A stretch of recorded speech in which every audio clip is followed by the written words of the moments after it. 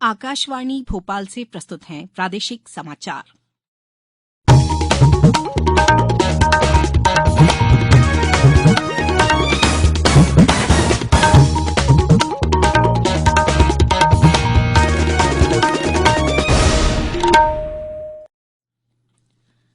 नमस्कार, समाचारों के साथ मैं राना शाहिद।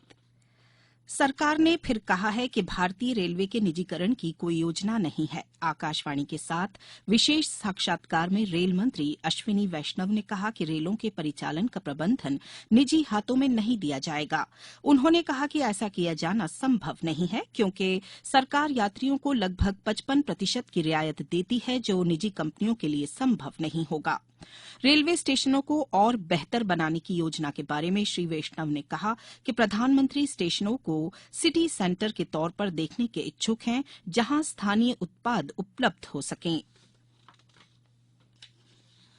सूचना और प्रसारण मंत्री अनुराग सिंह ठाकुर ने कहा है कि हाल ही में किए गए भवनों और भूमि के निरीक्षण में 11 लाख वर्ग फुट से अधिक जगह खाली मिली है। श्री ठाकुर ने कहा कि उन्होंने व्यक्तिगत रूप से अहमदाबाद, मुंबई और भोपाल में इस ऑडिट का निरीक्षण किया। उन्होंने कहा कि सूचना और प्रसारण मंत्रालय ने एक अभियान शुरू किया, जिसके तहत विभिन्न मीडिया इकाइयों और प्रसार भारती कार्यालयों में अनावश्यक वस्तुओं को हटाकर अतिरिक्त जगह का पता लगाया गया।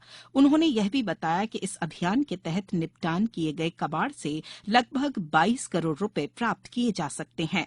उन्होंने कहा कि प्रसार भारती को किराए के रूप में इससे अतिरिक्त राजस्व मिलेगा और सरकारी खजाने पर बोझ कम होगा।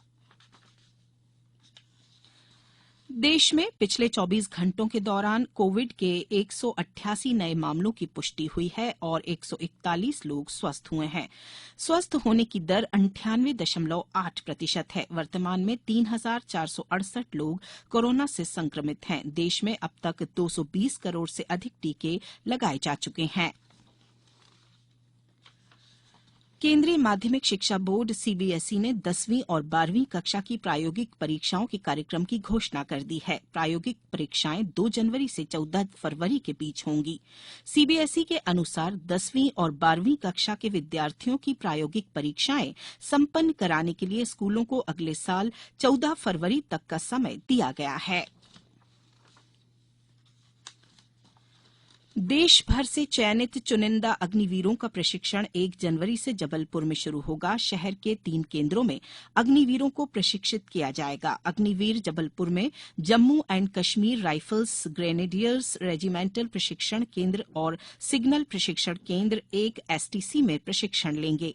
जबलपुर में 3000 से ज्यादा अग्निवीरों को 6 महीने तक प्रशिक्षित किया जाएगा।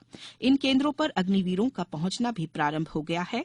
जबलपुर स्थित भर्ती केंद्रों में मध्य प्रदेश और छत्तीसगढ़ के करीब 415 युवकों का अंतिम चयन किया गया था।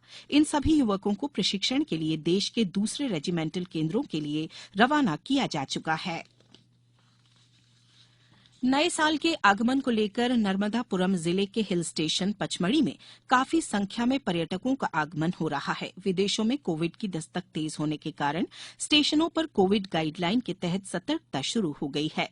रेलवे चिकित्सक डॉक्टर आर कुर्रे ने बताया कि कोविड-19 के बचाव के तहत पिपरिया रेलवे स्टेशन पर रेलवे डॉक्टर पचमढ़ी जाने वाले पर्यटकों और अन्य गंतव्य स्थानों पर जाने वाले यात्रियों की जांच कर रहे हैं। स्टेशन पर आरपीएफ स्वास्थ्य अमला सुबह से शाम तक जागरूकता अभियान चला रहा है। पिपरिया रेलवे स्टेशन पर करीब 72 अप डाउन ट्रेनों का आगमन प्रतिदिन होता है। अब कुछ समाचार संक्षेप में। शिवपुरी जिले में प्रधानमंत्री फसल बीमा योजना की प्रीमियम किस्त जमा करने की अंतिम तिथि 31 दिसंबर नियत की गई है। बालाघाट में आयुष एवं जल संसाधन राज्य मंत्री रामकिशोर नानो कावरे आज ग्राम दुगलई उमरिया एवं मौरैया में बनने वाले सामुदायिक भवन निर्माण के लिए भूमि पूजन कर रहे हैं। देवास शहर में टीकाकरण कार्यक्रम के सुदृढ़ीकरण के लिए कलेक्टर ऋषभ गुप्ता की अध्यक्षता में अर्बन टास्क फोर्स का गठन किया गया है। आगरमालवा तथा नलखेड़ा के शासकीय महाविद्यालय में युवा नीति निर्माण में युवाओं के सुझाव के लिए कल परिचर्चा हुई। टीकमगढ़ में माइक ड्रिल के बाद अब अधिकारियों द्वारा स्वास्थ्य केंद्रों को तैयार रखने की तैयारियों की समीक्षा की जा रही है। सतना में कलेक्टर अनुराग वर्मा और सीईओ जिला पंचायत डॉक्टर परीक्षित झाड़े ने ग्राम पंचायत लालपुर पहुंचकर निष्पक्ष और शांतिपूर्ण तरीके से मतदान करने की अपील की है। इस बुलेटिन में बस इतना ही। दीजिए इजाजत। नमस्कार।